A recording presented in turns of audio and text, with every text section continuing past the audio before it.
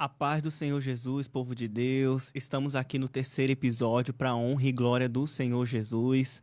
Estamos felizes aqui, eu sou o apresentador Ronaldo e também o apresentador também, pastor Ô, Tiago. Glória, é um prazer estar com vocês no terceiro episódio. E vai ser bem, hein? Temos um convidado especial, meu amigo cantor Ronaldo Moraes. O convidado de hoje é o pastor Gilmar.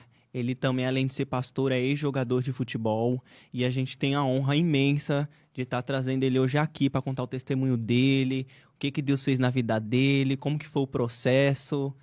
E é isso, estamos muito felizes, pastor, de ter você aqui hoje. Na hora de Romper. E daí? Ô, Glória. Amém, Jesus. Glória a Deus. Maravilha. Pastor Gilmar Ribeiro, contigo. Bom, boa noite para todos, né? É um prazer estar aqui com vocês, participando desse programa maravilhoso, que acredito que tem sido bênção para a vida de muitas pessoas, né? Amém. Aqueles que ouvem, principalmente a palavra do Senhor. Eu sou muito grato, estou feliz de rever amigos e conhecer também. Amém. Em nome de Jesus. Maravilha. Ó, não esconde nada, entrega tudo, viu? Vamos lá, vamos lá. Fica à vontade, tu tem liberdade pro Espírito Santo te usar também, viu? O amigo pastor Gilmar Ribeiro, eu conheço há muitos anos já, né? Sim. Eu acho que uns 7 anos, 8 anos a gente se conhece, né? Isso. Tempo de Pompeia. Mas eu queria saber um pouco da tua história, da sua infância, antes de você conhecer Jesus. Quem era o Gilmar Ribeiro? Quem era Gilmar Ribeiro? Rapaz, é uma história um pouco... Para mim é triste, né? Porque a minha vida foi, assim, que eu lembro, o pouco que eu lembro, foi uma vida, assim, meio que sozinho, sabe? Não tinha presença dos pais, assim, no cuidado. Os pais eram presentes, sim, mas ausentes. Quando eu falo presente, no caso físico, né? Estando ali com o seu corpo, imagem, mas ausente na questão de amor, de exemplo de paternidade, né? Então, eu lembro assim muito pouco, mas o pouco que eu lembro é que eu não tinha a presença dos pais assim, como um pai que demonstrava seu amor, cuidado, né? Eu lembro que quando eu trabalhava em um sítio, era bem em frente da minha casa, em que minha mãe cuidava lá. Então, meu pai trabalhava em outro sítio, a minha mãe trabalhava no sítio que era em frente à casa dela, e ela era bem apegada mesmo ao trabalho. Então, assim, eu tive pouco contato paternal, assim, de ouvir uma palavra, eu te amo, ó, você vai dar certo, eu tive muito pouco. Os meus irmãos saíram cedo de casa, foram morar, inclusive, alguns que moram aqui em São Paulo vieram cedo para cá, então eu tive pouca presença dos irmãos também. O máximo que eu tive foi de 2 irmãs, que era mais presente na minha vida, mas eu não tive também a presença dos irmãos, não. Então, foi um pouco complicado na minha infância. E depois, até que chegou o momento de eu sair da minha cidade e parar lá em Porto Alegre sozinho. O senhor nasceu onde? Bom, eu nasci, né, no interior do Rio de Janeiro, uma cidade chamada Rio Bonito, município de Boa Esperança. Hoje estou morando aqui em São Paulo, né? Para a glória de Deus, casado, com 2 filhas. Amém. Mas eu nasci no município de Rio Bonito, uma cidade no Rio de Janeiro. Aí foi para Porto Alegre? Sim, eu fui para Porto Alegre, foi com 15 para 16 anos. Mas seus pais aceitaram de boa você sair cedo assim de casa? Não, pior que, assim, meu pai mesmo, ele viu que era uma oportunidade única do filho sair de casa. A gente tinha uma vida muito difícil. Eu lembro até hoje que meu pai ele ganhava em torno de R$ 20, mais ou menos. Logo assim que começou o real, né? Não era nem real, era um cruzeiro, que era bem menos. Depois veio o real. E eu lembro que meu pai ganhava R$ 20 por semana e a minha mãe ganhava 15. E como eu ajudava ela, geralmente eu ficava com 5, 4, né? Gastava tudo no fliperama lá, jogando Meu Deus. futebol no fliperama, né? E meu sonho era jogar futebol. Tanto é que eu ficava lá no meio da cana, né? Que eu cuidava de cana, de laranja, essas coisas. Ficava lá no fundo, né? E lá eu ficava montando o campinho de futebol na terra, eu ficava esculpindo as pedras, né? E lá eu falava que era o jogador tal, que eu assistia muito Guarani da época. Guarani tinha o Djalminha, que jogou no Flamengo, então eu era fã de Djalminha, eu fiquei seguindo ele do Flamengo para o Guarani, Guarani para o Palmeiras. Então, eu começava a esculpir a pedra e imaginava jogando futebol ali e me via também. Me via casado, com pai de filhos, né? Não imaginava que viria 2 filhas maravilhosas, estou amando. Amém. Né?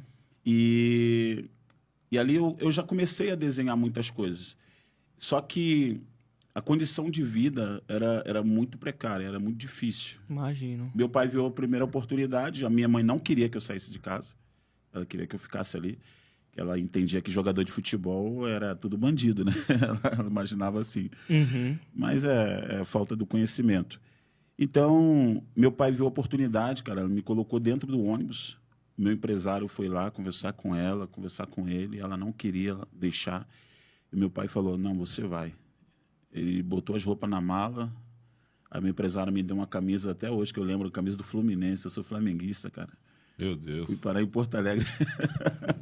Que coisa, hein? É assim que Que Deus coisa. faz, É assim né? que Os Deus mistérios faz. de Deus é assim, né? Aí tem coisas que a gente não entende, né? A gente vai entender depois. E aí meu pai me colocou dentro do ônibus, aí um rapaz me levou até a capital do Rio, que eu nunca tinha passado da ponte Rio-Niterói. Foi a primeira vez. E ali eu peguei o ônibus para Porto Alegre, 24 horas de viagem. Cheguei lá na rodoviária sozinho, sem saber quem ia me pegar. Mas, pastor, eu tenho uma pergunta. Você jogava futebol ali onde você morava? Como que esse empresário chegou até você? Sim, eu jogava futebol no campo que tinha atrás do sítio que eu trabalhava. E minha mãe não aceitava. Meus amigos vão ver aí né, essa programação, eles com certeza vão dar risada, né? Que eles são amigos, eles vão lembrar que acontecia o quê? Para mim jogar futebol, eu pulava um muro. Pulava o muro do sítio.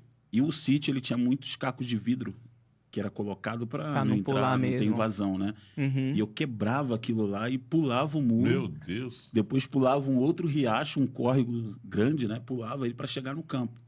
Cara, não dava 30 minutos, minha mãe chegava com a vara já por trás, me batendo. Eita. Ela chegava assim, parecia até um atacante de surpresa, né? Uhum. E os meus amigos ficavam rindo lá tal, e ia para casa. Mas eu sempre estava fugindo. Fugia por cima do muro dos vizinhos. E ali foi onde um empresário me viu jogando. Ele me viu jogando, aí falou, cara, você não quer ir treinar comigo e tal? Eu falei, vou. Aí comecei a treinar na minha cidade, com muita dificuldade, minha mãe não deixava, eu fugia para treinar. E aonde ele falou, olha, eu vou levar você para Porto Alegre, vou arrumar um time para você. O Internacional de Porto Alegre, O primeiro clube. primeiro clube. Foi revelado pelo Inter. Fez a base? Eu fiz a base do Inter, só que eu voltei. A minha mãe ela ficou doente, né? Quando eu saí de casa, ela teve um surto lá, ela começou a andar a cidade toda me procurando. Nossa. Foi. Ela andou 17 km a pé até o centro da cidade me procurando, com um cobertor, porque ela entendia que Porto Alegre era uma cidade de gelo, de frio. E dali minha mãe começou a ficar doente, cara, com um problema, e eu resolvi voltar de Porto Alegre. Eu vim embora, cheguei na minha cidade, eu lembro até hoje, foi numa sexta-feira, e nessa sexta-feira meu empresário está passando, ele me viu em casa, ele até se assustou. Aí expliquei para ele a situação, porque eu também estava lá em Porto Alegre, passando fome também, né? Meu Deus. Lá não tinha salário na época. A base do Inter, ele serviu almoço, serviu alguma coisa, alojamento, como que Não, era? tinha um almoço, tinha um horário de janta, tudo normal. Uhum. O alojamento, para quem estava chegando, morava num lugar chamado Trevas. Meu Deus. Nossa, o nome do Trevas? lugar, Trevas. misericórdia. O pessoal já vai Era- com medo, né? O Era um nome lugar do lugar. chamado Trevas. Aí morava lá eu, o Lúcio, que foi campeão do mundo, né, pela seleção, jogou no São Paulo, Palmeiras, né? Uhum. 2002, né? Campeão do mundo. Isso. E ele saiu de lá. Aí morava eu, ele e um rapaz chamado Fernando. Nunca mais o vi. E a gente morava nas Trevas. E lá era o seguinte, tinha um lanche que era por volta das 7, 8, 9 da noite. E se você não chegar primeiro, o rato Perdi. chegava. Perdia. Não tinha mais lanche. O rato estava no meio do lanche. Meu Meu Deus. Deus. Você tinha que dividir, às vezes, lanche com rato. Era como se fosse uma república de homem? É um alojamento, aí quem já era do clube morava numa parte separada, mais organizada. E já quem morava nas Trevas, que era bem embaixo mesmo, num lugar escuro, ali tinha, às vezes, um rato que vinha do esgoto. Meu né? Deus. E a gente nunca via o horário que chegava o lanche, porque a gente saía depois para passear um pouco. Eu, por exemplo, dificuldade financeira, o Lúcio, ele me levava muito no posto que tinha à frente. E lá a gente tomava Coca-Cola, comia fandangos, né? E quando a gente chegava, o lanche estava lá, e quando você ia ver, tinha rato no meio. Você não podia reclamar. E era o lanche que você tinha. E tinha momento que eu tinha que ir até o shopping a pé, comprar sal de fruta para tomar alguma coisa e não passar fome. Meu Deus. E fiquei ali um tempo, fiquei 6 meses, né, em Porto Alegre. Minha mãe ficou ruim, eu decidi voltar. Não tinha salário. E aí foi onde eu cheguei na minha cidade, o meu empresário me viu. Aí ele falou, vou arrumar um clube aqui em São Paulo para você, tá bom? Aqui você pode vir em casa, né, toda semana, se quiser. Aí eu fui vim jogar no São Paulo. Jogou no São Paulo? Joguei no São Paulo. Tinha quantos anos? Eu tinha já 16. 16 anos. É. Fez a base também ou não? Cheguei a jogar lá, base? foi por 2 meses na base. Era juvenil. Aí joguei com o Kaká, Júlio Batista, com esse pessoal aí. Só que aí não deu certo porque o São Paulo ele queria pagar muito pouco na minha contratação. Para subprofissional, né? No caso, ser comprado o meu passe. Porque tinha uma questão de parcela, né? O empresário fica com uma parcela, o jogador com outra, o clube com outra, né? Porcentagem, né? Que cada jogador, quando eles são negociados, cada clube ou cada empresário, o jogador ele tem uma porcentagem, já é acordado. Só que São Paulo queria pagar muito pouco. E aí eu lembro o treinador, que é Heriberto, o nome dele, ele falou, olha, leva ele lá no Palmeiras, esse menino é bom. Se ele não for aprovado no Palmeiras, você traz de volta. E que posição você jogava? Zagueiro. Zagueiro. Terceiro zagueiro, segundo zagueiro, como que era? Direito, esquerdo? Cara, eu comecei como zagueiro. Na verdade, eu comecei como goleiro, fui para zagueiro. Era goleiro? Cheguei a ser goleiro. Eita. Cheguei a ser goleiro. E era dos bons. Mas aí fui para zaga, meu empresário falou, não, você é bom na zaga. Aí fiquei na zaga. Quando eu fui aprovado no Palmeiras, depois de muito tempo, aí joguei de volante, segundo volante, joguei de lateral. E que ano que foi? Palmeiras. Isso foi em Palmeiras foi em 97, 97. quando eu fui para lá, do São Paulo para o Palmeiras. Primeiro desafio, enfrentar o melhor ataque de São Paulo, que era Gil, Everton, e tinha mais um lá que eu esqueci agora o nome, que era do Corinthians. Gil, Everton e... Tinha mais um, eu não lembro agora. E era um jogo treino, cara. Não é a época do Marcelinho Carioca, não, né? Não, o Marcelinho estava lá, mas no profissional. Tinha o Edilson. Não sei se o Edilson já tinha transferido para o Corinthians, né? O Edilson, eu não lembro agora. Mas, assim, na base era esses. E eles já eram os meninos já que estavam em projeção, né? E aí o jogo era contra o Corinthians, um amistoso. Aí cheguei no mesmo dia, me colocaram no vestiário, me deram a roupa. Eu me vesti, entrei de titular ainda. E o treinador, vou testar você. Você veio de São Paulo, vou testar você. E ali foi o melhor jogo da minha vida. Fui aprovado na hora. Maravilha. E foi conhecido como o zagueiro que parou o ataque do Corinthians. E depois ainda eu dei a primeira vitória para o Palmeiras no Parque São Jorge, né? Marcar o Gil naquela época era difícil. E tinha um outro que era pior ainda, o Everton. Jogou no Borussia Dortmund. O Everton também é terrível, hein? Era difícil. Rapidinho ele. Era difícil. Então foi isso. Aí fiquei 10 anos no Palmeiras, cheguei a jogar em outros clubes, né? Fui emprestado. Acho que a fase mais difícil foi quando eu comecei a ser emprestado. Joguei num time chamado Guariba, interior de São Paulo. Cara, ali era um mês, às vezes comendo macarrão com salsicha. O café da manhã era cana. Aí não tinha café da manhã, eu pulava o muro da casa onde eu morava. Era em volta de um sítio, tinha muita cana. Então eu cresci no meio da cana, né? Eu sei como cortar, como chupar.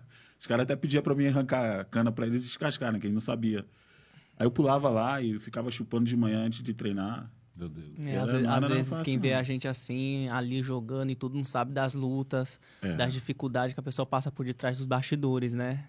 Muitas das vezes, né? A gente vai atrás do nosso sonho, mas muitas das vezes as pessoas não têm ciência para alcançar aquilo ali, o tanto que a pessoa já sofreu muitas das vezes, né? Sim. É uma carreira que, ao mesmo tempo que é difícil, é ingrata. É ingrata. Eu acho que todo profissional hoje que se decidir, a pessoa que decidir seguir essa carreira profissional, ele tem que estar ciente que no começo tem todas as dificuldades possíveis. Os pais, às vezes, falam... essa semana mesmo, um amigo falou para mim, como que faz para fazer um teste e tal? Você conhece alguém? Eu falei, cara, eu conheço tanta gente que eu parei de indicar. Por quê? Muitas pessoas pensam que o futebol é a mil maravilha que você vê na televisão. E não é. Não é. Tem toda a dificuldade por trás. E às vezes as pessoas não sabem disso. E ela vai pensando que já vai para um clube achando que vai ser como num profissional. Não é. Você vai dormir em lugar ruim, vai faltar comida, não vai ter café da manhã. É gente tentando te derrubar. Por exemplo, no São Paulo, quando eu cheguei lá, o treinador falava: ou vocês batem em quem está chegando, ou ele vai tomar o teu lugar. Meu Deus. E Já aí- coloca a disputa ali, já coloca uma rincha entre os próprios jogadores, né? Lá em Rio Claro mesmo, eu joguei no Rio Claro também, o treinador falava: ou vocês batem em quem está chegando, ou eles vão tomar o teu lugar. Cara, a gente apanhava, meu Deus, apanhava. Dentro de campo, às vezes fora de campo, que os caras jogavam bomba, quando você estava dormindo, jogava bombinha para você não dormir, para treinar mal. Tinha todo Meu esse jogo Deus. sujo aí. E qual foi o jogo que te marcou mais? O que me marcou mais foi o jogo contra o Corinthians. Foi a primeira vitória que o Palmeiras teve no Parque São Jorge. E foi um gol meu, em cima do goleiro Rubinho, Meu Deus, eu irmão lembro do do Zé Rubinho. Elias. Eu lembro do Rubinho. O Rubinho foi para Juventus, tudo. Foi gol seu, foi 1-0? Foi 1-0 gol meu. Meu Deus, Foi a hein? única vitória ali. Meu Então, foi o Deus. que me marcou mais. E qual o time que você mais gosta? Que eu já joguei, É, cara, eu vou falar para você, eu vou ter que ser o Palmeiras, mas eu já tive uma fase boa no Friburguense do Rio de Janeiro e também no Rio Claro. E também no time da Polônia, que eu era o capitão do time, qual era o nome do time de lá? Pogon, MKS Pogon. E lá faz frio? Faz frio, chega a 19, 20, abaixo de zero. Só que eu não cheguei para lá. Não cheguei para lá. Vou deixar isso aqui claro. Eu estava para ir, só que eu desisti. A minha filha nasceu. O que aconteceu? Eu falei: olha, já que não pode levar minha esposa e nem minha filha, então eu não vou. Mas já estava aqui no Brasil com o time. Eles estavam de pré-temporada, eu já estava com o time jogando com eles, né? Rodei esse país inteiro com eles aqui. Estava para ir para lá. Já era casado. Já casado, A sua filha mais velha tem quantos anos? tá com 18 anos. Ela tinha o quê? Ela tinha acabado de nascer, né? Tinha acabado de nascer. Foi em 2007 que ela nasceu. Hum. Aí eu falei: não, eu não vou para lá E e deixar a família, deixar a a esposa, família. né? E no meio disso tudo, pastor, que você passou, esse sofrimento tudo, para realizar o seu sonho, qual foi o momento que Jesus te alcançou? Como começou, no meio disso tudo, Jesus ali na sua vida? Eu nasci num berço evangélico. Minha mãe era evangélica. Infelizmente, ela se desviou no caminho. E depois, toda a família se desviou. Meu Deus. E foi no futebol que eu voltei para Jesus. Quando eu estava no Palmeiras, eu fui emprestado para o 15 de Jaú. O treinador, ele me conhecia, né? Eu fui campeão com ele, tudo. E ele pediu a minha contratação. Aí eu fui até Jaú, interior de São Paulo. Fiquei lá, acho que um ano e meio, mais ou menos. Mas no primeiro ano, o próprio treinador que me levou não me colocou para jogar em nenhuma partida. Foi uma coisa incrível. Do zagueiro se machucar, ele não colocar o zagueiro, ele colocar um lateral, um volante, mas não me colocava, eu não entendia. Uhum. E aí a situação foi piorando. Eu já não treinava mais com grupo, ele me colocava para treinar juntamente com os japoneses, né? Eu ficava atrás do gol treinando com os japoneses lá e eu falei: olha, não sei o que fazer. E logo em seguida, que a diretoria falou: olha, nós vimos o seu comportamento, você passou um ano aqui, sendo deixado de lado, não reclamou, não abriu a boca. Quem estava jogando foi reclamar e você ficou aqui de boa, não teve problema. Então, a gente quer ficar com você no ano que vem. Saí de férias, voltei. Quando eu voltei, no jogo contra o São Paulo, eu machuquei o joelho. Meu joelho saiu fora do lugar, tipo aquela lesão do Ronaldo, né? Uhum. Saiu fora do lugar. E aí foi uma fase difícil, cara. Tinha uma igreja batista ali do lado, eu fui lá. Quando eu cheguei lá, Deus falou tremendamente no meu coração. Falou comigo. E aí aquilo já ficou no meu coração. Tinha quantos anos? Aí, rapaz, eu não lembro exatamente quantos anos eu tinha. Mas já estava quase na faixa de 20 já. Quase na faixa de 20. E aí eu saí de lá. Estava vindo para São Paulo com um amigo. E ele era evangélico. Ele botou uma pregação do Silas Malafaia, Céu e Inferno. Meu Aquilo ficou mexendo comigo mais ainda. E aí foi onde eu cheguei na igreja do Silas, o senhor conhece? Conheço. Do Silas, né? A Devec. Isso. Aí eu lembro que estava me dando sentimento de morte, eu queria tirar minha vida, vendo aqueles sentimentos ruins para se matar, enfim.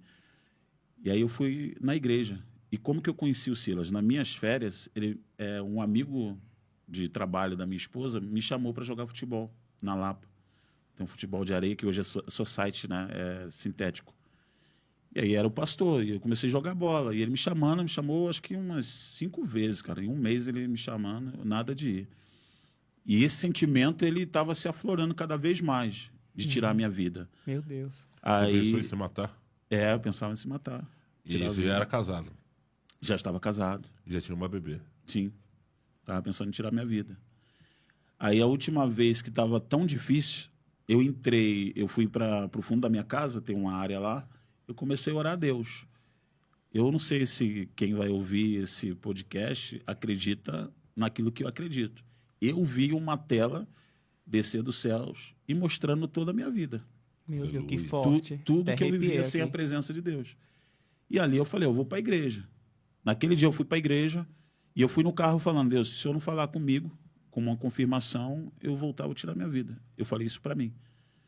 E naquele dia, eu estava no fundo da igreja, o pastor desceu de lá, botou a mão no meu coração, um pregador, e ele começou a falar tudo que eu estava falando no carro. Que forte. Tudo. E foi tão forte que até minha esposa, que não era evangélica, ela pertencia a uma outra religião, né, que é a religião católica, ela se converteu também ao evangelho. E estamos juntos até hoje, juntos, pastores. Quantos para a anos glória de casados? Deus. Nós estamos juntos há 29 anos e tem 18 de casado. Meu Deus. Uma história, hein? Ela te acompanhou muito etapa, né? Quando eu cheguei aqui em São Paulo, eu conheci ela aqui em São Paulo. Em São Paulo? Foi em São Paulo. No primeiro ano, quando eu vim do São Paulo para o Palmeiras, como eu falei aqui, foi onde eu conheci ela, no alojamento. Eu fui até a escola, ela estava na escola, lá eu vi ela me viu e, e ali começou a história. E o mistério do vestiário, que Deus te tocou no vestiário, né? Sim, sim. Ali foi quando eu já estava servindo ao Senhor Uhum. e eu fazia parte do ministério, né, do pastor Silas, que eu chamo ele de meu pastor ainda porque eu o considero assim.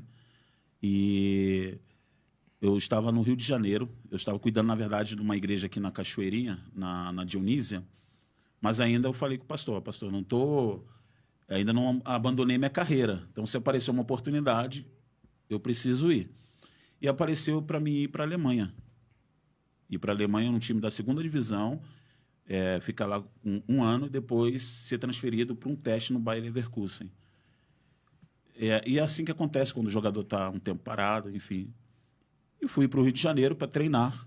Fiquei um período lá.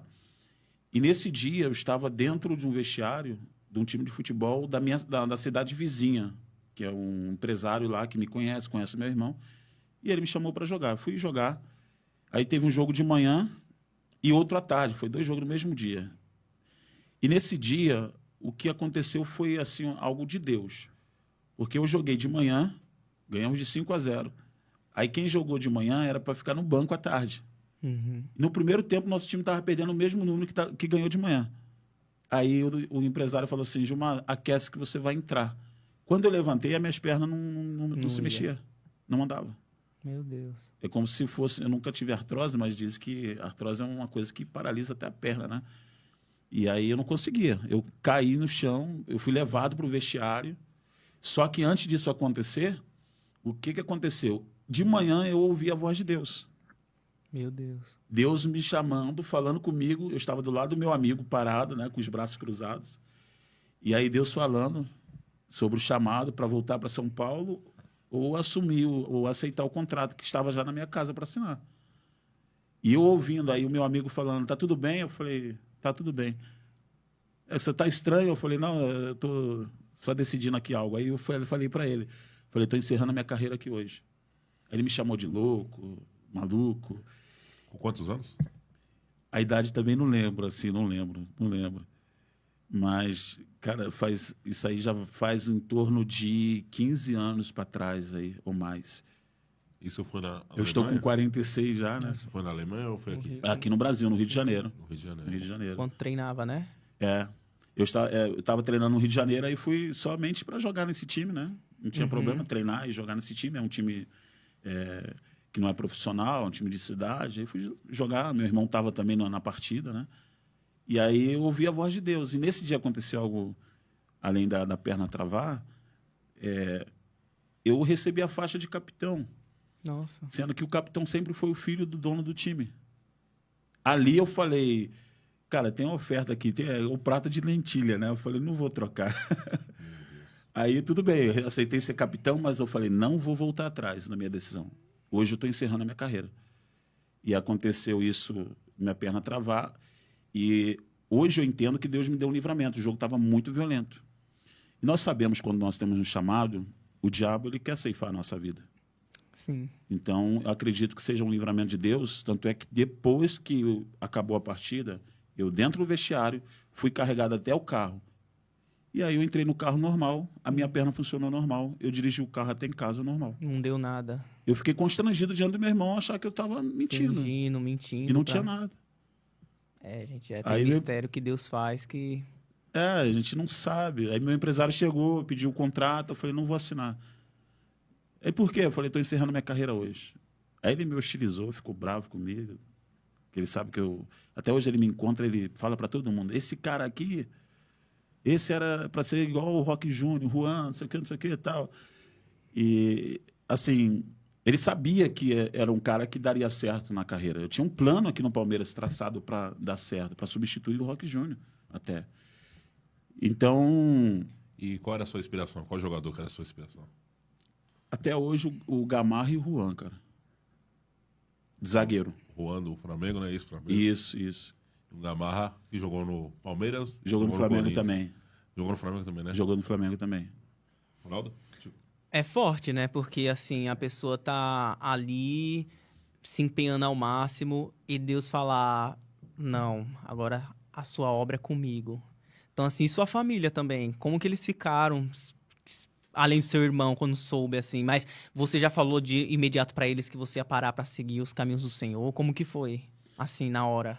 Quando eu estava no Rio de Janeiro, a minha esposa estava aqui em São Paulo. Uhum.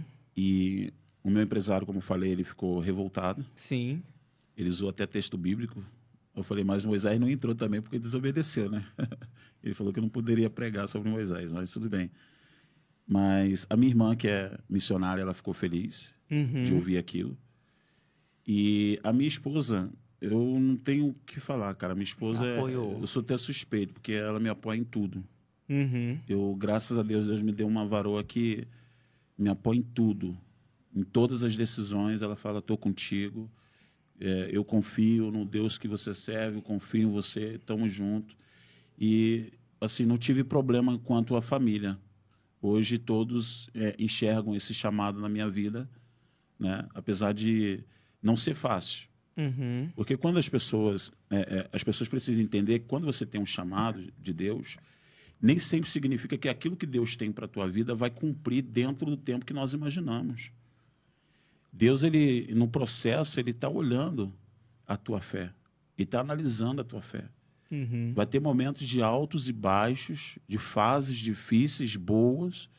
Em todas elas, Deus está olhando o teu comportamento. Eu acredito que Deus ele olha mais para você, para te aprovar nos momentos mais difíceis da tua vida do que nos momentos bons. Em Eclesiastes, capítulo 7, verso 14, tem um texto lá que fala que Deus ele permite tanto o tempo ruim como o bom. E ele fala o quê? No tempo da adversidade, aliás, no tempo da prosperidade, se alegre, faça festa. Mas no tempo da adversidade, considere. Deus fez um oposto ao outro para que o homem não saiba o que há de vir amanhã. E eu sempre faço o seguinte pensamento. Principalmente no século de hoje, uma pessoa que sabe que vai sofrer a vida toda, não tem solução para ela. Nós deparamos agora com uma fase que é essa doença do século, ansiedade, depressão, que leva até a morte. Sim. A pessoa sabendo que vai sofrer amanhã, o dia todo e todos os dias da vida, ela não vai querer viver. Então, Deus agora ele faz o outro lado. Tem um tempo da adversidade e o tempo da prosperidade. E no tempo da prosperidade, ele fala para você se alegrar. Faça até festa se for possível. Porém, quando chegar a adversidade, considere. Então Deus está dizendo, olha, em qualquer circunstância, apoie-se em mim. Lembra que Jesus falou? No mundo tereis aflições, mas tem de bom ânimo. Eu venci. Mas antes ele falou, olha, vocês vão ser perseguidos, vão jogar vocês para fora das sinagogas, vão te odiar por causa do meu nome, mas em mim vocês terão paz.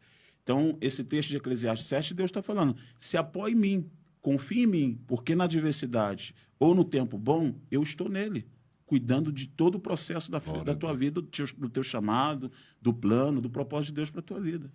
E é isso que eu confio e me apoio. E eu sei que a sua chamada é completa, né? Você louva, prega, Eita, dá aula, glória. né? Sim, Dá aula de teologia também, né?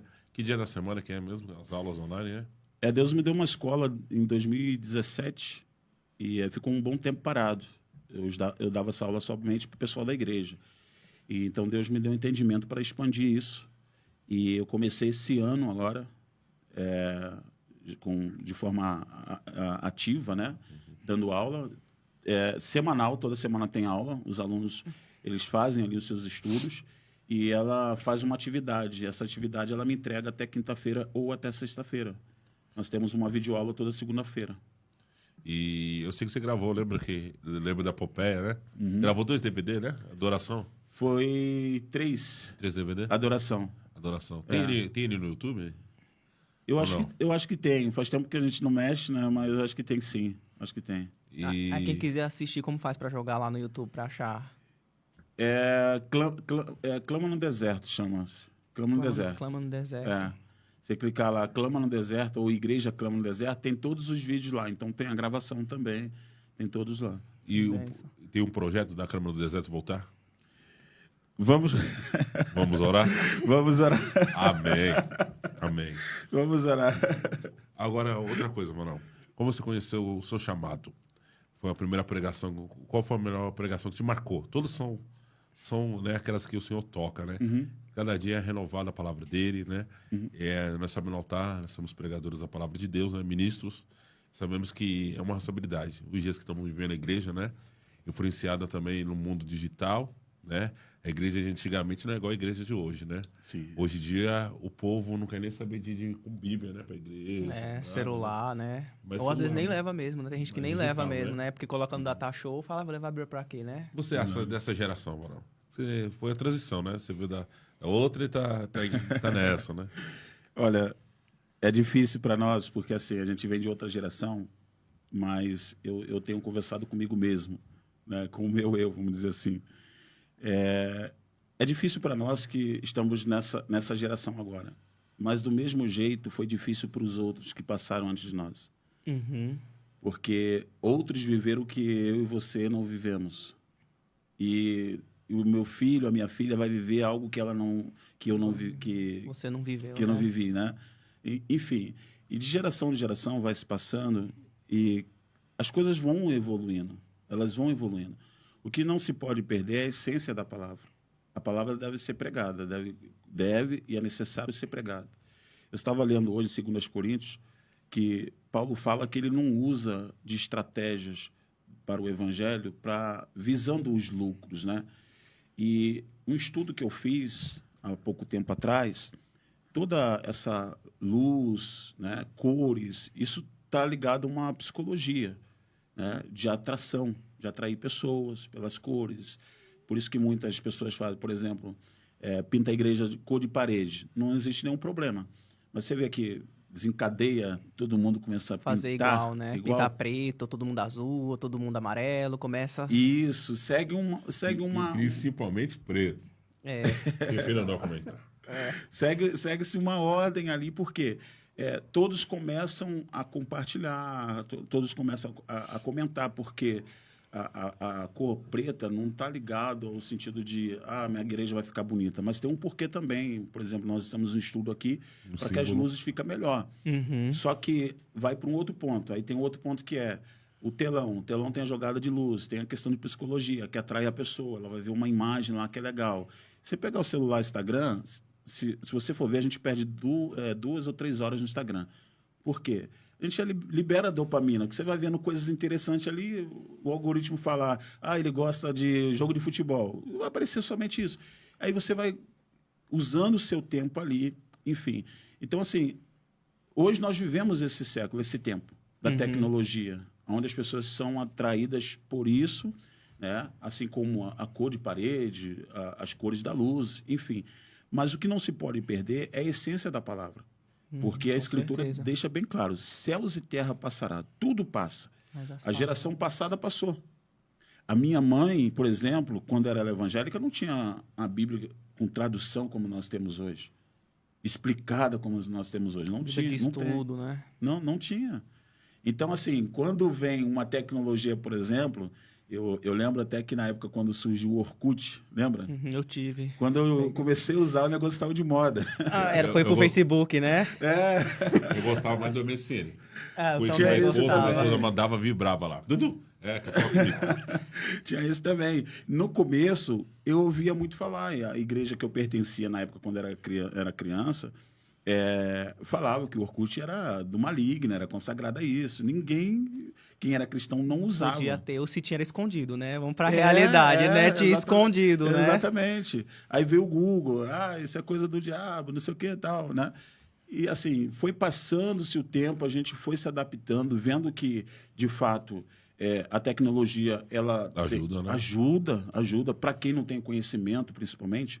Cara, ontem eu falei uma coisa para mim mesmo, conversando, eu converso muito com Deus no carro, né? E ontem eu falei assim, o objetivo do evangelho não é mostrar o quanto você conhece das Escrituras. Por exemplo, eu vi o pastor muito conhecido, Abílio Santana, ele falando dos pregadores googuistas, né? Eu concordo quando ele fala que o cara vai lá no Google e monta uma pregação e prega. Eu sou contra. Mas se o cara tem uma mensagem, ele apronta a mensagem e pede o Google para organizar de uma forma sistemática, eu acho legal, para ele transmitir a mensagem com clareza. Com clareza, né? Por quê? Ele vem de uma geração que não tem uma Bíblia explicada. Então, ele foi obrigatoriamente a aprender ali, a ler, e entender, interpretar para poder transmitir. Criar o sermão, né? Criar o sermão. Só que a ideia hoje de pregadores, de quem estuda a Bíblia, é para mostrar o autoconhecimento, quando, na verdade, o objetivo de Deus não é mostrar o quanto você conhece, o quanto você sabe, é fazer as pessoas conhecer. Então, fazer as pessoas conhecer pode ser de uma forma simples, de uma simplicidade, falar, Jesus te ama e ele tem um plano para a tua vida. Quer mais do que isso? Só que a gente quer enfeitar, a gente quer colocar o conhecimento teológico, a gente quer organizar a Bíblia conforme ela é, enfim. Então, assim, não é fácil para nós que viemos do tempo passado, de outra geração. A gente vai ser um pouco crítico, mas a gente vai ter que entender e, às vezes não, é certo que nós vamos ter que se inserir aos poucos dentro do contexto, porque vai ter momento que o que eu tinha como material no passado não vai ter mais. É forte, pastor Gilmar. E agora lembrando também, né? Pastor Silas foi onde o senhor começou a congregar, né? Primeira igreja, congregar, né? Firmar na presença do Pai, né? Aqui na Casa Verde, foi aqui na Casa Verde mesmo? Isso, Avenida Casa Verde, 1120. Assembleia de Deus, Esperança Nossa. Esperança Nossa. Pastor Silas. Pastor Silas, homem de Deus, né? Sim, Tive um prazer de conhecer também, né? Sim. E ele é bênção demais, né? Sim. E lá o senhor foi levantado a obreiro, como que foi? Lá eu comecei como diácono, aí quando eu fui transferido... Se batizou lá? Sim, foi ele que me batizou. E a minha esposa também, né? E aí eu fui transferido para Dionísia e tinha um pastor lá, só que o pastor não estava cumprindo as suas obrigações, né, ministerial, e tinha que fazer alguma coisa, né? Alguém tinha que assumir. Não tinha ninguém. Então eu falei, pastor, eu aprendi com minha mãe, fecha um bar, mas não fecha uma igreja. Então, eis-me aqui. Me coloca na frente até levantar alguém. Aí eu fui consagrado a presbítero e fiquei lá até fazer essa viagem que eu falei aqui para o Rio de Janeiro, para poder transferir para a Alemanha. E o batismo com o Espírito Santo? Foi também no mesmo dia. Fui batizado na água e no Espírito Santo. Meu Deus, que graça. Batizado no Espírito Santo. Depois você manda um abraço para sua esposa, né? Pastora Fabiana Ribeira. Glória a Deus. Vai estar assistindo. O nome das meninas, né? É, Beatriz Ribeiro e Gabriela Ribeiro. Aí, ó, benção demais, Amém. né? A Gabi é a mais nova, né? É mais nova. Mais nova, glória a Deus, né? Quantos anos tá a Gabi? Gabi tá com 5 anos. É a promessa. Essa aí você não esperava, não, viu? É a promessa. Isso. A surpresa da vitória. Amém. Ela é uma benção. 5 anos, assim, é uma menina bem desenvolvida. E agora nós voltamos, né? Voltamos ao assunto. Saber que o povo hoje em dia só quer saber de profecia. A melhor profecia é a palavra, né? Sim. A maior revelação é a palavra, né? E hoje em dia você abre no TikTok, o povo tem zombado nas profecias, né? Brincado com as profecias. Eu tenho certeza que o Senhor vomitará, né? E não seja nem, né? Não seja morno, né? Ou seja frio ou seja quente, né? E estamos vivendo os momentos mais difíceis da igreja na Terra. Nós, como igreja, a gente não pode se calar, né? E ensinar a verdade para os nossos filhos é o mais difícil. Sabemos que esse mês é um mês onde o demônio também opera muito, né? Sim. Essa festa aí chamada Halloween, né? Sim. Fala um pouco a respeito disso, meu pastor. Bom, em relação à questão da profecia, por incrível que pareça, Deus tem ministrado muito ao meu coração por esses dias sobre isso. Eu não sei se vai ser até um desabafo que eu vou falar aqui, mas nós vivemos um tempo no Evangelho, principalmente no Brasil. Eu não sei se nasceu através da igreja neopentecostal, que é o Evangelho triunfalista. É onde eu enxergo você como homem de Deus a partir do que você tem e não a partir do que você é. E isso é perigoso, porque muitos se introduziram nesse meio porque entendem que as pessoas têm necessidade de alguma coisa. Quando você tem necessidade, eu aprendi até uma frase que diz assim, que o diabo te dá o prato que você gosta de comer. É forte, hein? Repete de novo aí. O diabo te dá o prato que você gosta de comer. Então, ele vai te dar exatamente aquilo que você gosta. Os falsos profetas se inserem dentro desse contexto. Assim como o algoritmo sabe que você gosta de um futebol ou de uma curtida na internet, o falso profeta entende que você gosta de falsa profecia. Então, existem muitas pessoas que se alimentam disso. Eu sei que tem homens de Deus que Deus entrega, que Deus fala, e acontece. Acontece. Agora, o que não pode é você viver disso, porque a sua vida não se resume apenas a uma profecia recebida. Porque a vida cristã é uma vida cotidiana, uma vida diária. E Deus tem ministrado muito ao meu coração, e eu falei aqui sobre desabafo, porque a gente luta para transmitir isso para as pessoas. Só que as pessoas, elas vão dizer quem você é, o que você tem. Então, a partir do momento que ela olha para saber o que você tem, para lhe ouvir, isso é ruim. Por que Jesus não fez milagre na sua cidade? Porque ninguém o via ele como filho de Deus. Ele não tinha nada para oferecer. Então, a incredulidade está no coração. Porque a pessoa torna-se incrédula porque eu não enxergo nenhum resultado na tua vida, então você não vem falar para mim. Isso é ruim. A igreja, ela fecha o coração às vezes porque ela não vê o seu resultado. E isso é ruim também porque tem muitos que pregam e falam, não, você tem que ter resultado para pregar para alguém. Isso é um erro. Não existe nenhum texto bíblico que diz que todos vão receber na mesma medida. O que Deus falou para um, ele falou para outros. O que Deus fez na vida de um, ele falou para outros. Eu estava em casa pensando sobre a história de Jó. Jó falou assim para a mulher dele, você sabe receber o bem e não sabe receber o mal? Então, peraí, o que Jó está dizendo? Deus tem os dois lados. Quando você recebe o bem, Deus também pode estar aí. Quando o mal chegar, Deus também pode estar. Porque existe uma diferença entre a vontade de Deus e a vontade permissiva. A vontade de Deus é tudo que Ele quer que você aprenda sobre Ele. E a vontade permissiva é aquilo que Ele não quer, mas Ele permite para te forjar e fazer você crescer. Amém. É um pai que fala para o filho, filho, ó, eu vou deixar você tomar um choque para nunca mais colocar a mão ali. Um pai ensina dessa forma, permitindo alguma coisa. E a igreja, às vezes, não sabe discernir isso. Então, vamos lá. Sobre a questão da profecia, lá em 1 Samuel, capítulo 8, e isso também acontece em Êxodo, se não me falha a memória, capítulo 19, Moisés prepara o povo, Deus quer ter contato com o povo direto. Só que o povo fala com Moisés, Moisés, fala tu conosco, mas não fale Deus. Por quê? Toda vez que Deus faz, ele move alguma coisa. Toda vez que Deus fala com você, ele mexe alguma coisa na tua vida. Eu vou mais a fundo. Toda vez que Deus falar com você diretamente, ele vai desconstruir algo na tua vida, ele vai tirar algo de você. Ele vai mexer em alguma coisa para que você não se apoie nas coisas, mas se apoie nele. Meu Deus. Por isso que eles têm medo de trovão, de relâmpago, terremoto, tudo que está tendo ali. Deus está movendo tudo, eles estão sentindo medo. Então fala o quê? Eles fazem o quê? Moisés, fala tu conosco, porque é muito mais fácil você ouvir um homem falar algo que conforta teu coração do que um Deus que vai falar, eu vou tirar tudo de você. Uau. Forte, né, mano? Uhum. Imagina se Deus falar para Jó, eu vou permitir o inimigo mexer em você. Não aguenta. E assim, que nem é um ponto assim que até uns tempos atrás eu tava falando com a minha pastora, né? Que quando o Jó ele passou pela aprovação dele, não houve nenhum profeta, ó, eis que te diz o Senhor, você vai passar por essa luta, mas seja fiel até o fim, que você vai vencer. Não. Mesmo ele não tendo resposta nenhuma naquela aprovação, ele preferiu ser fiel a Deus até o fim. E ele pede até um julgamento sobre a sua causa a Deus. Ele pede uma resposta sobre a sua situação, e ele não tem.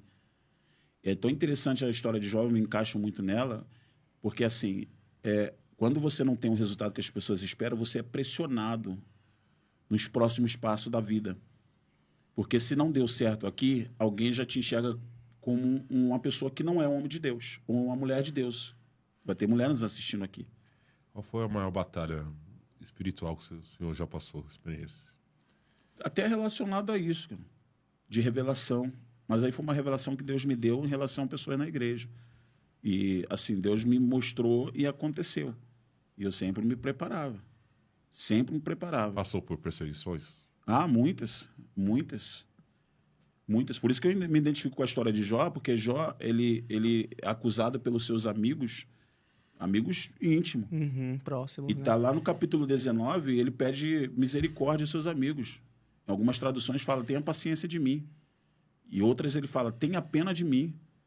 Porque foi Deus, ele começa a falar, foi Deus que causou isso. Só que, mesmo ele falando coisa que ele não sabia, que ele vem falar lá no capítulo 42, né? Falei coisas que, né, não sabia. É aquilo tipo, vou falar uma coisa aqui, mas não imaginava eu que estava falando uma coisa errada, por não ter entendimento. Mas ali no capítulo 19, Jó, ele fala que Deus tirou dele, pede paciência aos amigos, e ele fala que Deus tirou dele, foi Deus que fez aquilo, que permitiu. Só que mesmo assim ele fala, mas o meu Redentor vive. Meu Deus. E por fim ele se levantará ao meu favor. Então, por mais que Deus está fazendo, eu ainda creio nele. Eu confio nele. Aí lá no capítulo 42 ele fala, sei que tudo pode, nenhum dos teus pensamentos pode ser impedido.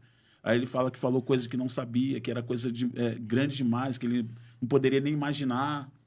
Então, ele agora conserta ele. Fala, cara, eu falei coisa de Deus que não dá para entender. Naquela hora eu falei coisas absurdas. Mas Deus tudo pode, nenhum dos seus pensamentos pode ser impedido. O senhor tem sonho de escrever um livro? Eu escrevi, Tem? eu tenho numa plataforma, que eu ainda não consegui gravar o nome da plataforma, chama-se Vida de Oração e Vida de Intimidade. Que bênção. Vida de Oração e Vida de Intimidade. Deus me deu um agora que eu não comecei a escrever ainda, né? Mas já estou produzindo a capa, eu sempre começo pela capa. Meu Deus, eu nem sabia, mano. Aí, ó, a revelar. Mistério do céu aqui. Eu sempre começo pela capa. Escrevi esse de oração, já acabou, né? Estou terminando um que fala sobre só Deus permaneceu. Meu Deus. Amém. Porque você sabe, né? A igreja Clamo Deserto, ela teve que fechar, mas algumas pessoas ficaram. E ali eu conto um pouco da história. Maior dor de ter fechado? Eu senti isso também. Se você acompanhou meu podcast, mas eu também tive um ministério. Fechado, A maior dor né? foi fechar a porta. Fechar a porta. No começo, eu senti um pouco das dores da acusação, da falsa acusação. Verdade.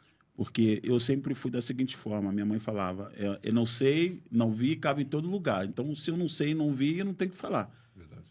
Ok? Mas se eu sei, e se vier me perguntar, eu vou falar aquilo que eu sei.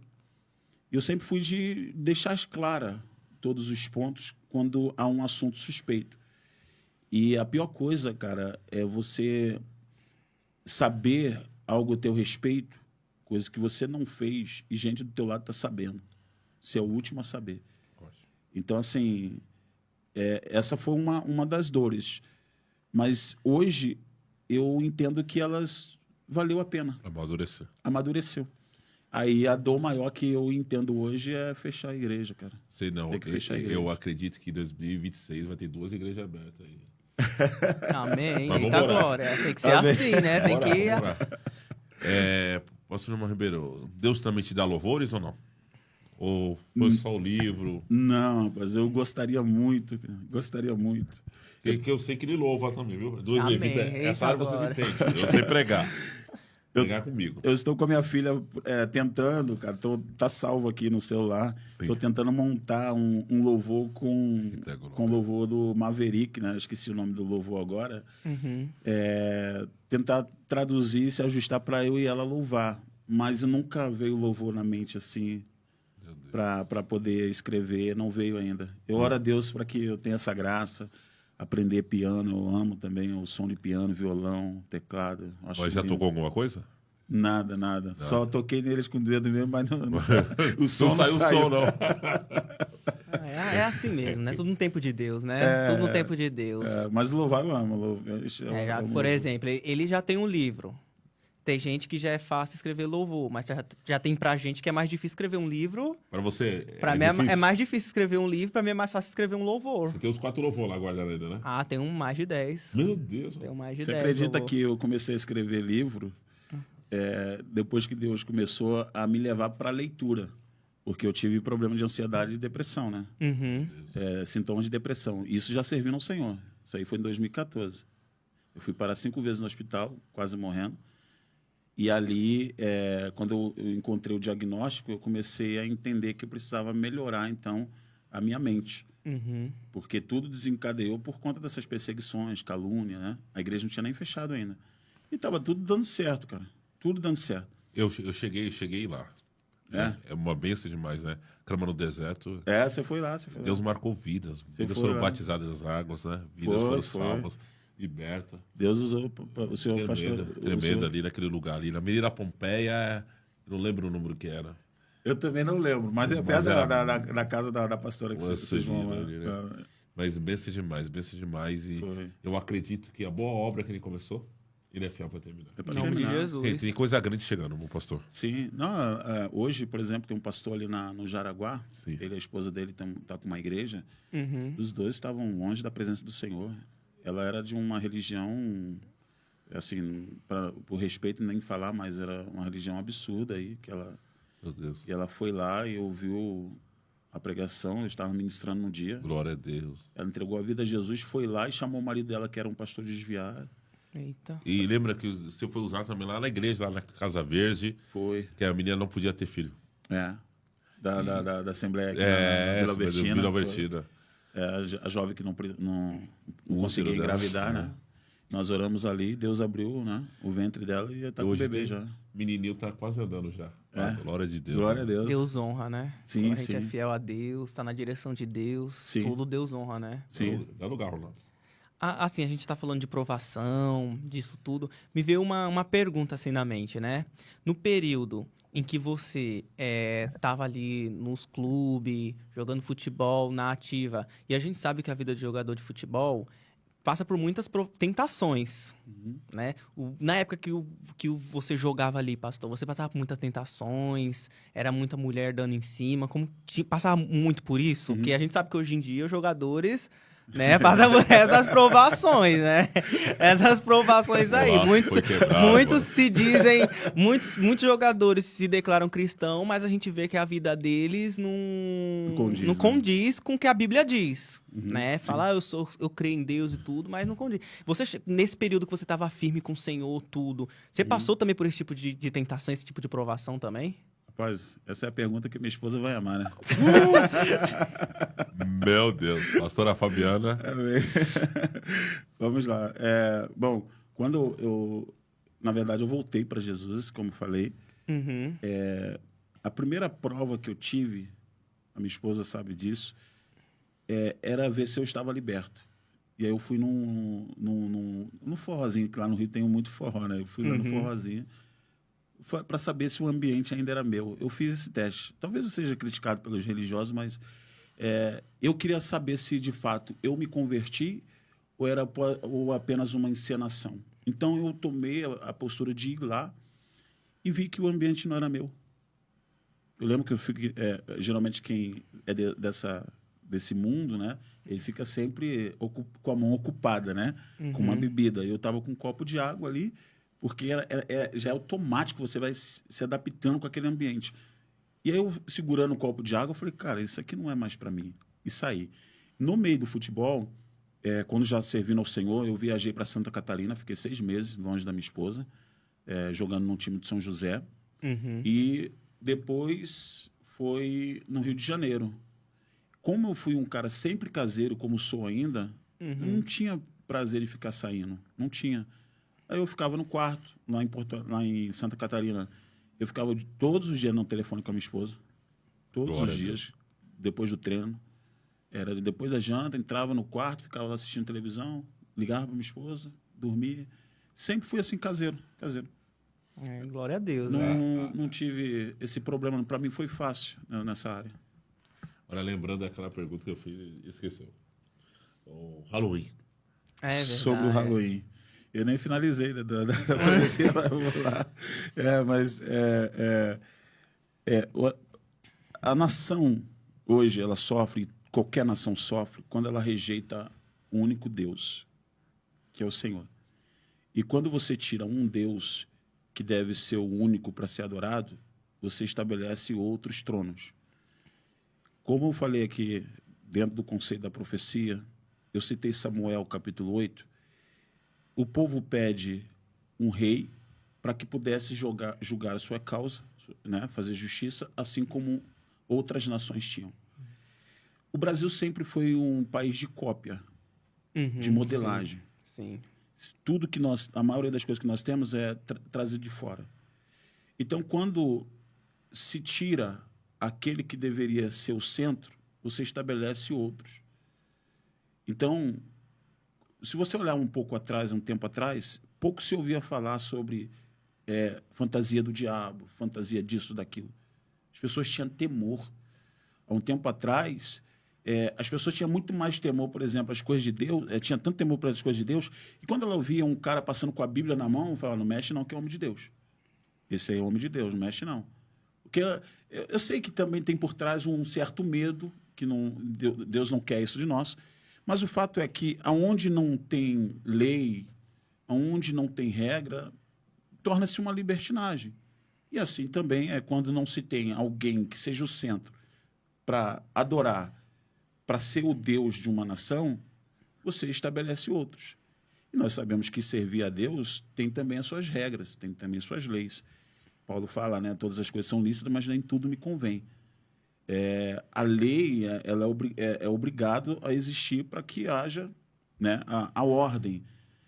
Então, o Brasil ele foi perdendo isso, essa essência de caráter cristão, caráter familiar, e foi se estabelecendo outros tronos. Quantas coisas estão surgindo hoje? Aí veio agora essa festa Halloween, é claro que ela sempre existiu, mas ela não vem daqui. Ela foi estabelecida aqui. E cada dia vai ganhando espaço. O que eu acho sobre ela, eu acho isso muito ruim. Porque, querendo ou não, é algo espiritual por trás. E é destrutivo. É destrutivo. É muito bom agora você sorrir, se alegrar, brincar. Fantasiar, ver o filho lá, né? Hoje eu vi uma criancinha de 5 anos, na idade da minha filha, chegando lá com uma roupa de bruxa. Então, você está gerando uma identidade na criança sem perceber. Amanhã você não sabe o que ela está ansiosa, depressiva. Porque, se você estudar sobre isso, ansiedade e depressão, não é só genético também. É também uma questão espiritual e uma questão também emocional. Perda, falta de identidade. Eu vejo... Eu converso com muitos jovens que passam por isso, por ter passado também. Todos têm o mesmo sintoma, desejo de morte. Aí você vai perguntar por quê? Está muito relacionado à falta de identidade que não tem.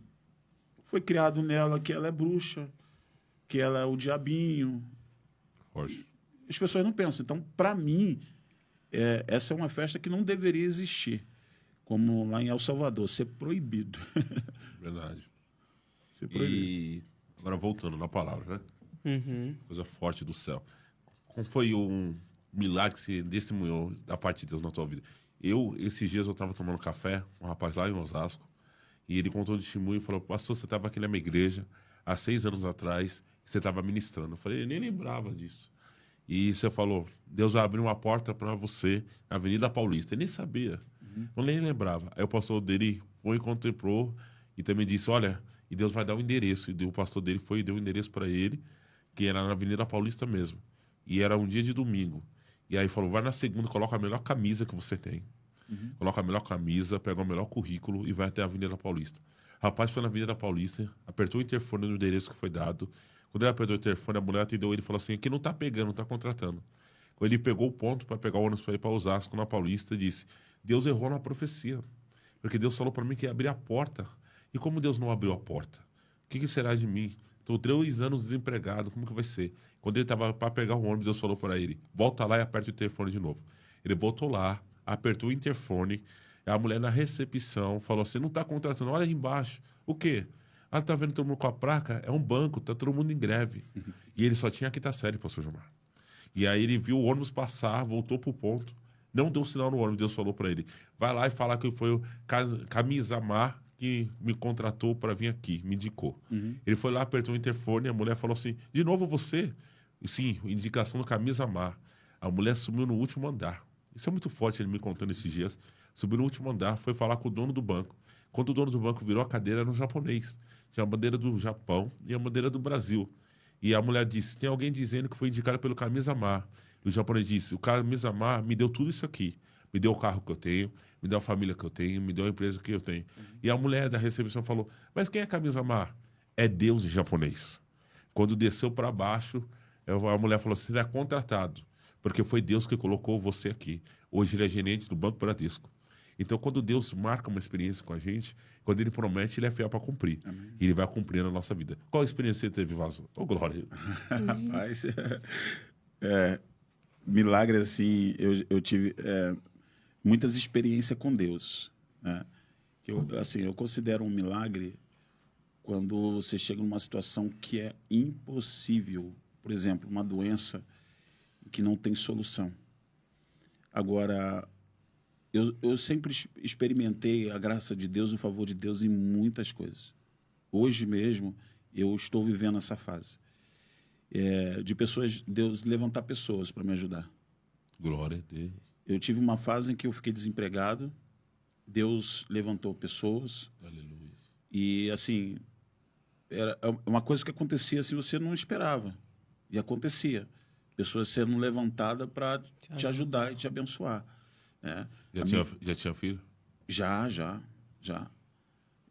Principalmente agora com a segunda. Isso. A minha pequena, a maior que é hoje, foi onde eu vivi mais experiência com Deus. Porque eu estava com a igreja, eu trabalhava numa portaria de um prédio à noite, né? Das 10 às 6 da manhã. Saia do culto correndo. Do culto, correndo. Acabava os cultos, tinha que sair correndo.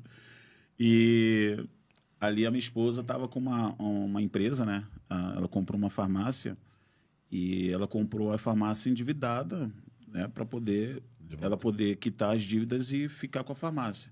Tinha todas as possibilidades. Só que ela associou-se a uma outra pessoa. E aí a minha esposa não conseguia ter um lucro para ela, pessoal. Ela conseguia quitar as dívidas, mas não tinha manter a farmácia, mas não tinha um lucro próprio, né? Então, passou 2 anos assim. E era eu que mantinha a casa e tinha que manter a igreja, porque tinha poucos membros. Então, metade do salário era para sustentar a casa e outra metade... E era aluguel, né? O aluguel da igreja tinha que ir por lá, né? Que era na Pompeia. Era isso. E nesse tempo, Deus fez muita coisa. Então, teve um período que a sócia da minha esposa falou o seguinte: olha, ora aí, se Deus honrar, todo o lucro que tiver na empresa, a gente vai dar 10%. Eu falei: você firmar a propósito com Deus, tem que cumprir. Amém? Amém. Só que foi passando os anos e ela sempre pegava dinheiro para poder usar para beber, mas nunca ofertou na igreja. E aí eu falei para minha esposa, minha esposa, sabe o que é difícil servir a Deus, mas Deus está no controle? É quando nós fazemos um voto com Deus e não cumprimos. Muito forte. Segundo, é quando Deus para mudar a tua história, ele leva todo mundo para o cativeiro. Ela não entendeu. Eu falei, olha, pessoa justa foi para o cativeiro por causa das massas. O que eu quero dizer para você? Eu falei para ela, Deus vai ter que fechar o seu negócio. Meu Deus. Ah, mas não quero. Eu falei, Deus vai ter que fechar o seu negócio. Infelizmente, você vai sentir a dor por causa de alguém.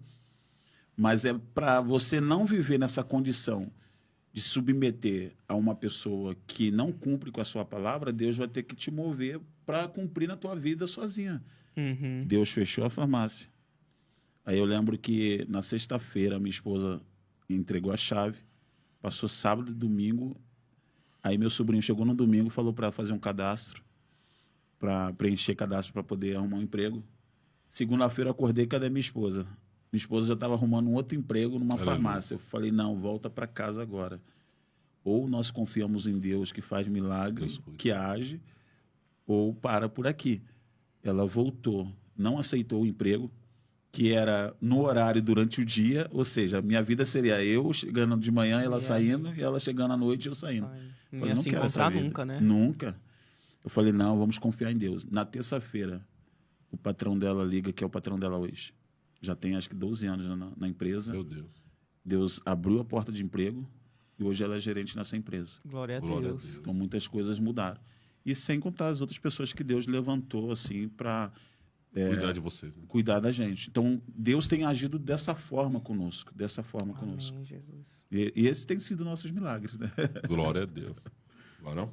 E, pastor, assim, a gente sabe que você é casado, tem 2 filhas e tudo. Como que você concilia o ministério e sua família? Olha, eu escrevi uma frase, mas eu apaguei, cara, eu botei no Instagram, que o homem de Deus, ele tem que entender a hora de parar, porque a família, de fato, é o primeiro ministério. Eu sei que muita gente vai discordar, mas a família é o primeiro ministério. Por quê? Se você não cuida da sua família, você não pode cuidar da casa de Deus. Existem pessoas que pensam que o cuidar da casa de Deus e cuidar da sua casa é os afazeres de Marta. Deu para entender? É os afazeres de Marta. Não é sobre isso. É sobre o papel sacerdotal de um homem em ensinar os seus filhos. Deuteronômio capítulo 6, Deus fala, ensina os teus filhos ao caminhar, ao sentar, ao deitar, ao se levantar. Ensina os teus filhos. Uhum. Então, o líder que cuida de um ministério, igreja, mas não cuida do ministério, casa, a própria Bíblia diz que ele é mais infiel do que os infiéis. Poxa. Então, não faz sentido. Eu sei que tem, talvez, pastores aí que a esposa não congrega, o filho não congrega, foram machucados, enfim. Mas, se for possível, até esse pastor ele tem que parar. Ah, mas ele vai entregar o cargo por causa de alguém? Tem gente que sugere a separação. Não, querido. Deus não está nem aí para o teu ofício pastoral. O que Deus está, de fato, é pela salvação da tua alma e da tua família. Porque não adianta, eu sempre falo, em Mateus 7 tem uma igreja eficaz ali, uma igreja próspera. Cura, fala de Deus, expulsa demônio. Mas quando chega diante de Deus, Deus fala, não te conheço. A parte. Isso é muito sério. Então, às vezes, eu estou me matando porque eu quero mostrar para as pessoas que eu sou um líder que cuida da igreja e a minha família morrendo. O que é certo é levanta alguém, prepara alguém. Fala, filho, vem cá, prepara. Ó, você pode assumir esse espaço?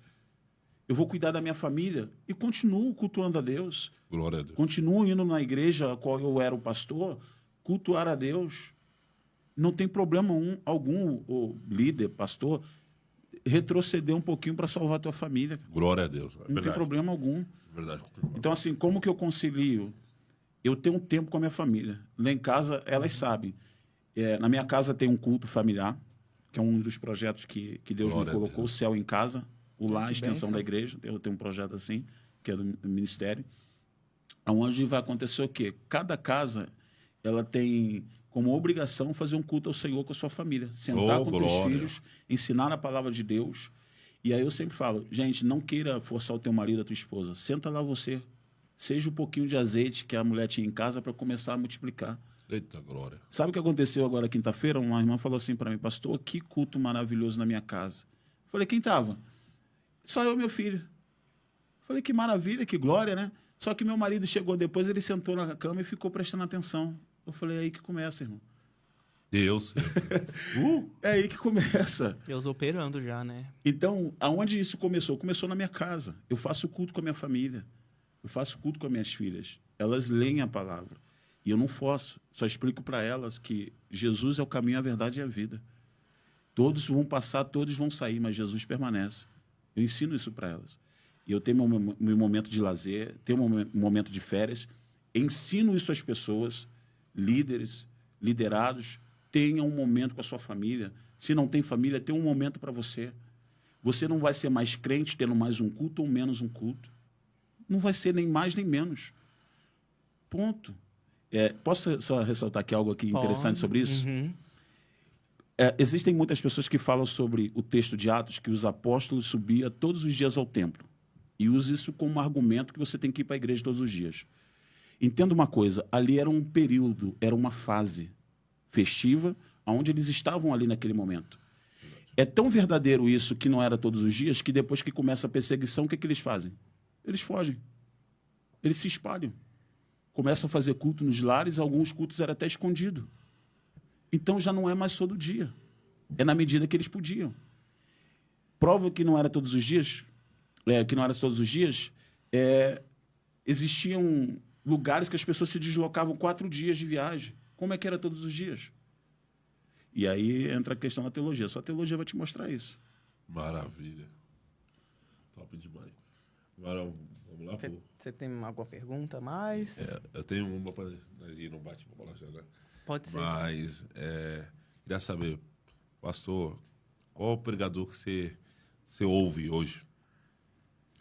Rapaz, eu já ouvi tantos, mas comecei a parar de ouvir.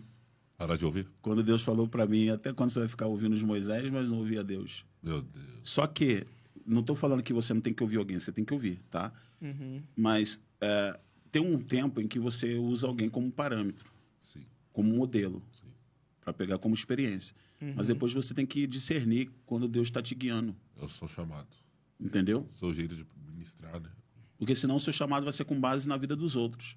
Vou falar o que eu sempre falo nas minhas pregações. Eu já fui Silas Malafaia, já fui Marcos Felicianos, Meu Deus. já fui Valdomiro, já fui o Bispo Macedo. Não foi o Ângelo Galvão, não, né?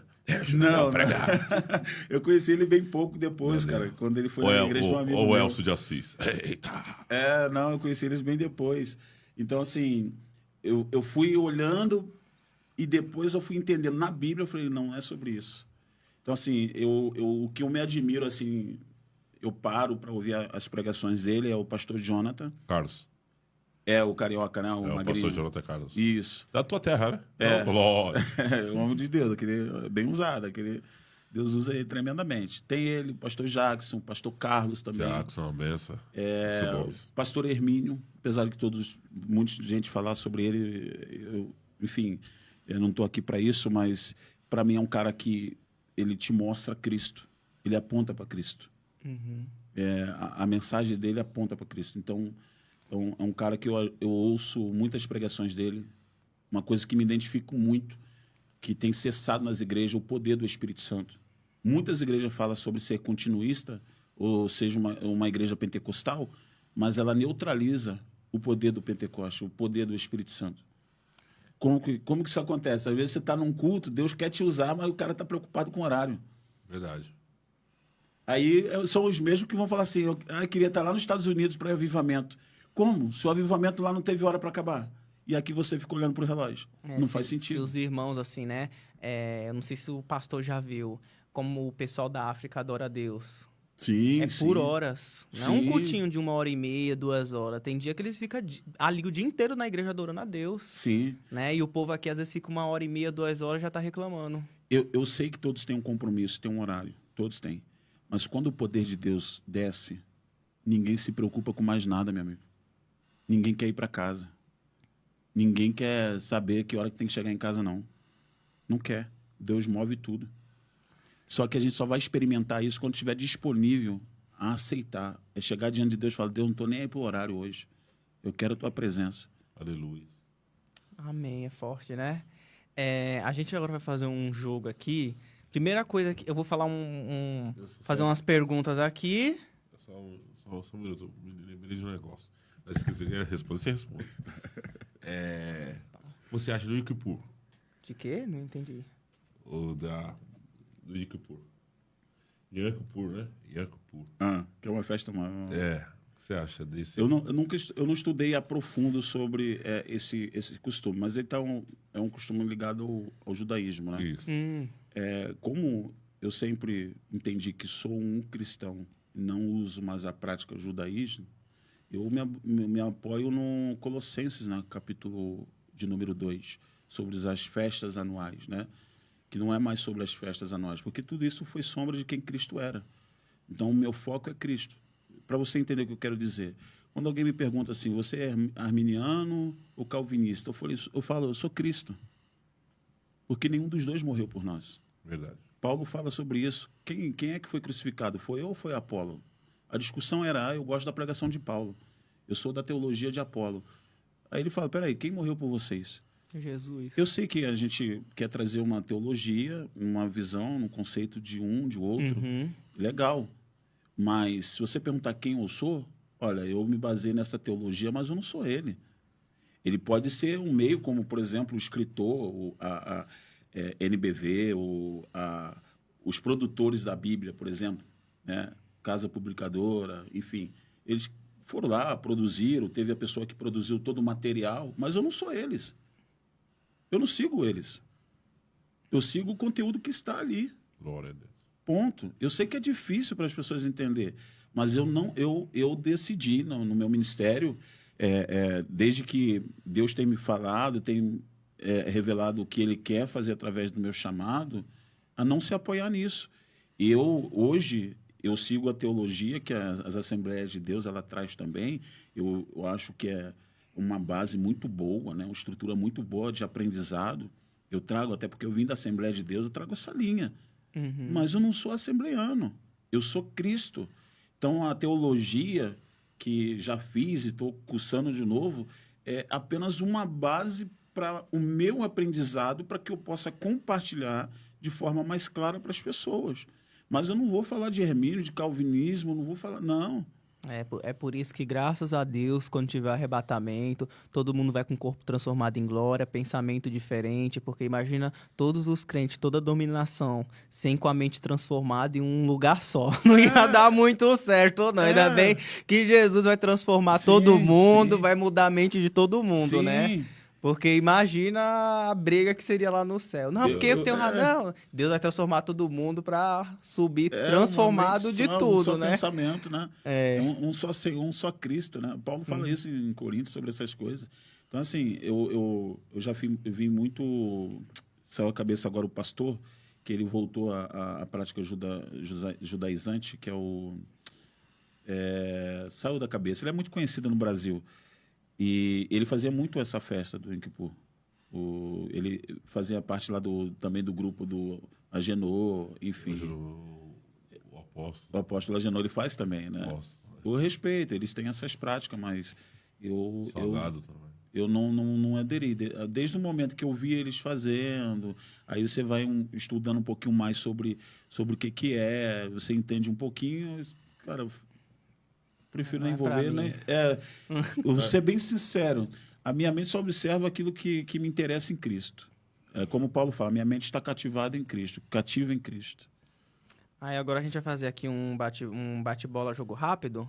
Fazer a pergunta, a primeira coisa que vir na sua cabeça, você responde. Tá bom? Inspiração. Jesus. Qual sua qualidade favorita em alguém? Minha qualidade favorita em alguém? Isso.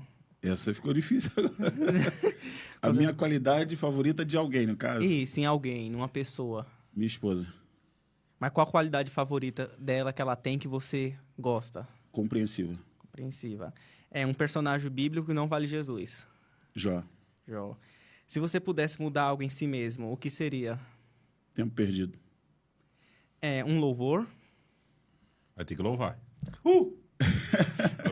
São tantos, mas eu vou escolher um que mexe comigo, mexe com o meu interior. Digno é o Senhor. Tem que louvar? Não, só um trechinho só um trechinho pro pessoal pessoal de casa. Deixa eu lembrar agora. Graças eu te dou, ó Pai, pelo teu... esqueci, cara. Agora... que fala, digno é o Senhor, sobre o trono está... eu esqueci agora. Eu conheci ele há pouco tempo e mexeu muito comigo, assim. Já marcou, né? Ele é da Aline Barros, mas é digno ao Senhor. Quem canta também é o Felipe Rodrigues. Se tivesse a letra aqui, eu até cantava.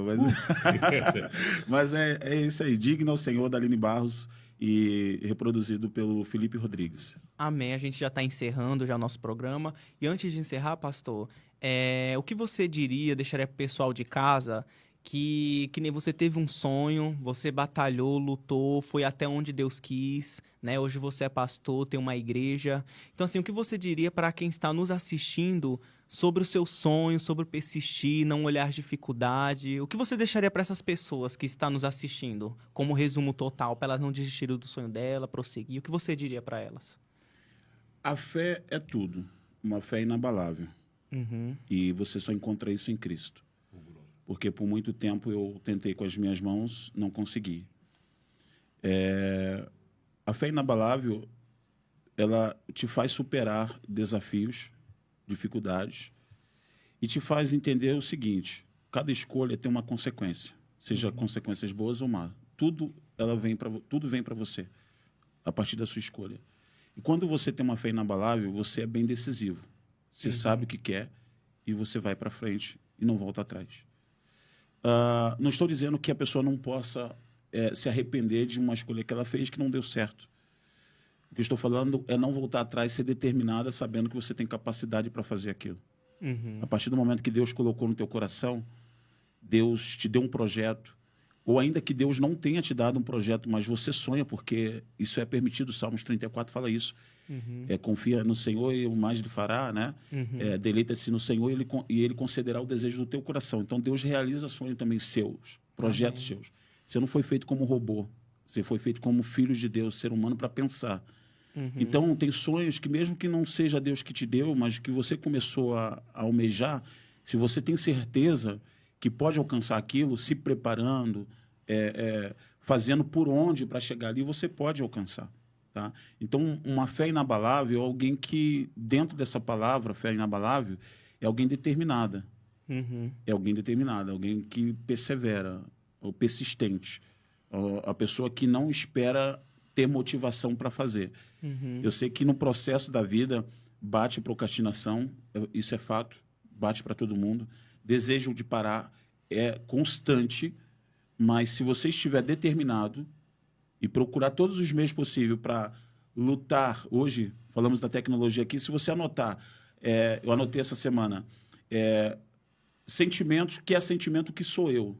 Medo é sentimento. O meu eu é dizendo, eu posso, eu consigo.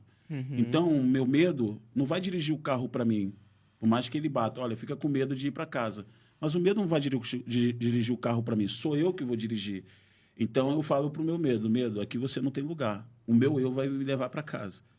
A minha consciência, no caso. Então, é fé inabalável. Que essa pessoa não desista, não para.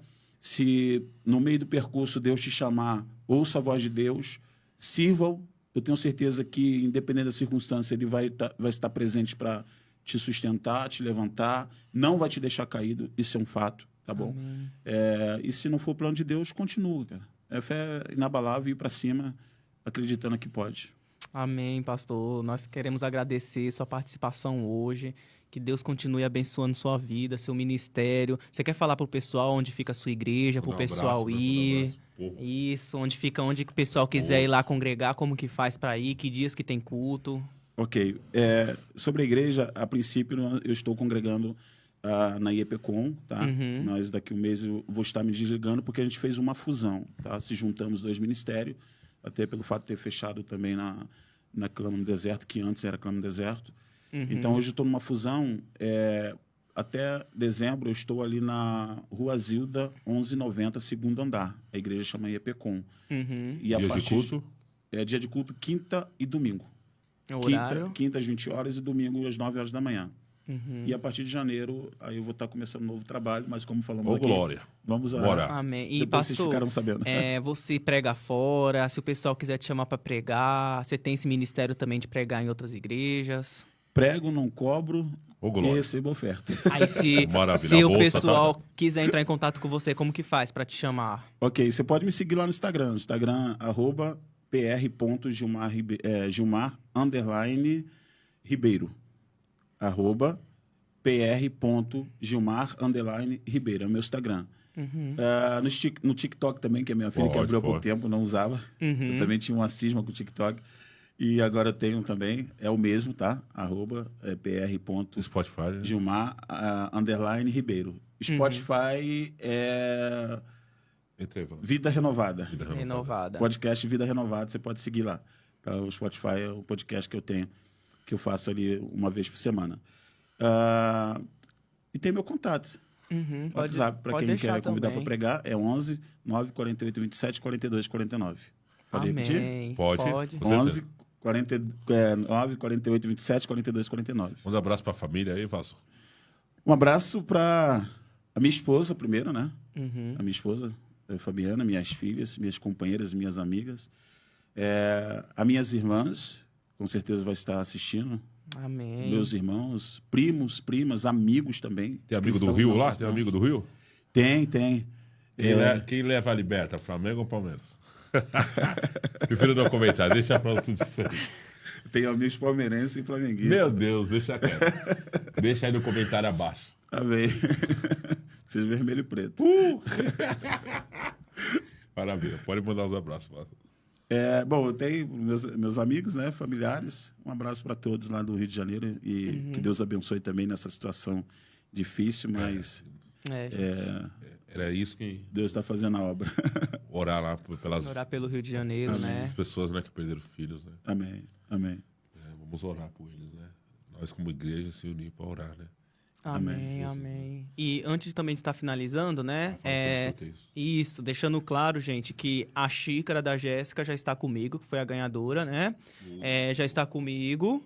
E eu vou estar entregando para ela.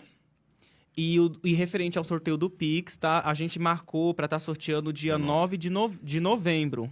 Tá bom? Eu vou estar segundo domingo. Eu vou na casa do pastor Tiago, a gente vai fazer uma live junto. Vai ser tudo direitinho, com clareza, para não ter falação, né? Então vai deixar tudo às claras, em nome de Jesus, tá bom, gente? Então, dia 9 de novembro, no segundo domingo de novembro, tá bom? Em nome de Jesus. E se inscreva. É verdade. Inscreva, comenta nesse vídeo, compartilha. Ser abençoado e identificado com a palavra do pastor Gilmar Ribeiro. Meu amigo, Deus abençoe, meu amigo. É hora de romper. Cadê a caneca, Vaso? Eita, Jesus. bate. Aí, gente. Glória a Deus. glória. E mais E um a igreja vai episódio. dando glória. Mais um episódio finalizado. Glória a Deus. Amém, Jesus. Oh, glória.